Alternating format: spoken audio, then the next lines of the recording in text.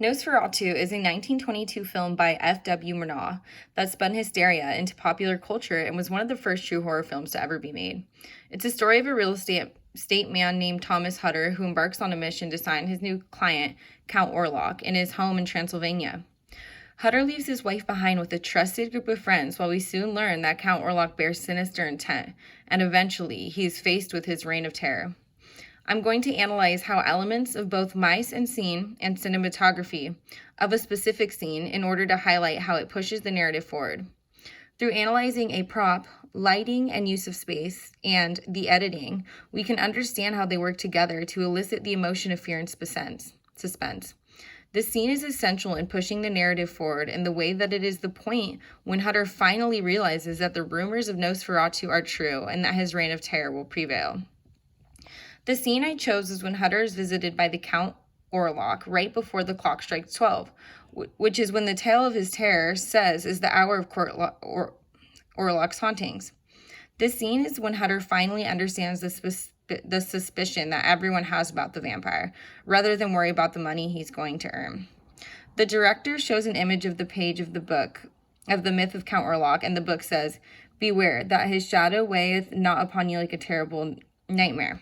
Then it cuts to a prop.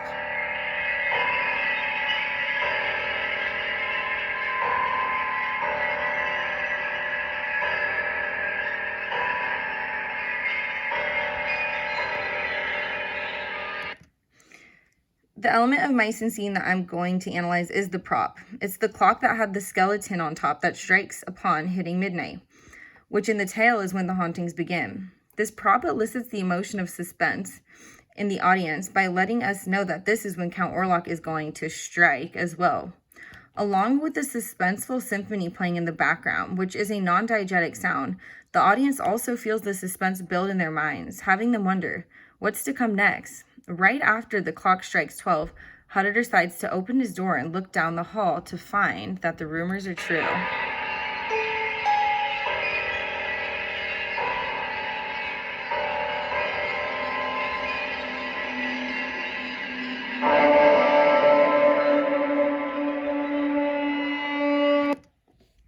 The next element that I believe pushed the narrative forward is one of mise en scene as well, use of positive space and lighting, although lighting can be defined as an element of cinematography as well. The use of positive space in the shot where Nosferatu stands very far away in the dark hallway highlights the looming sinister intentions yet to come. When Count Orlok is in the hall, they use dark lighting around his figure to enhance him as the subject of that shot, highlighting his elongated face, looking hungry for blood, and his claw-like hands hanging at his sides.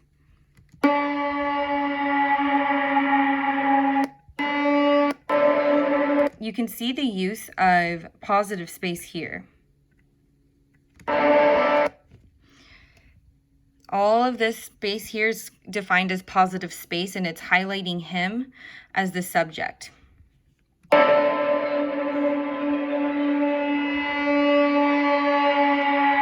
And there, you just saw his hands hanging down like claws.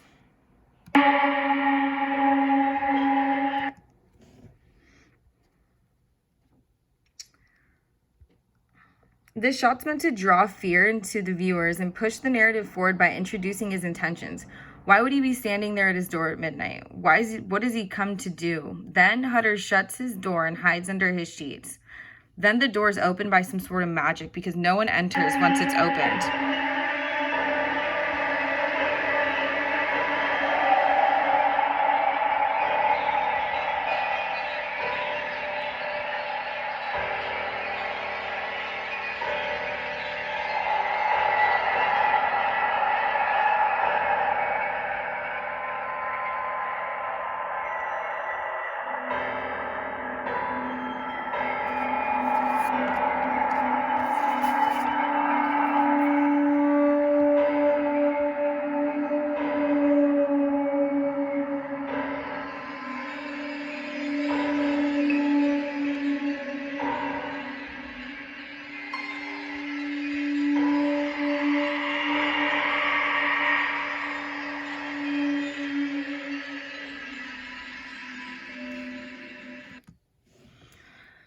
The last element that I would like to address that is about to come up right now is one that has an effect on the emotion and also pushes the narrative forward.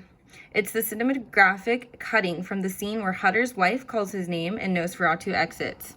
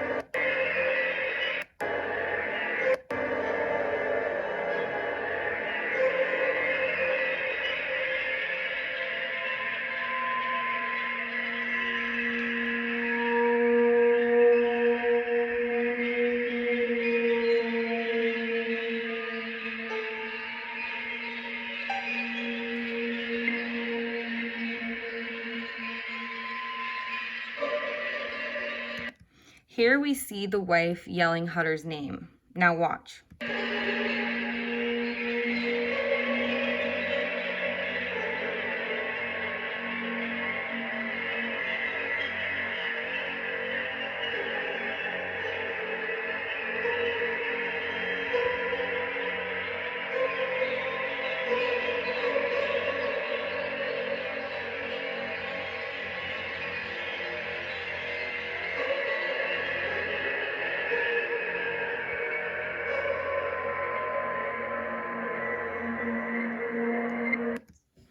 The editing of these scenes and cuts push the narrative forward in the way that they tell the audience it's not Hutter that Nosferatu will eventually rain his terror on, but his wife, which completely tied the scene together.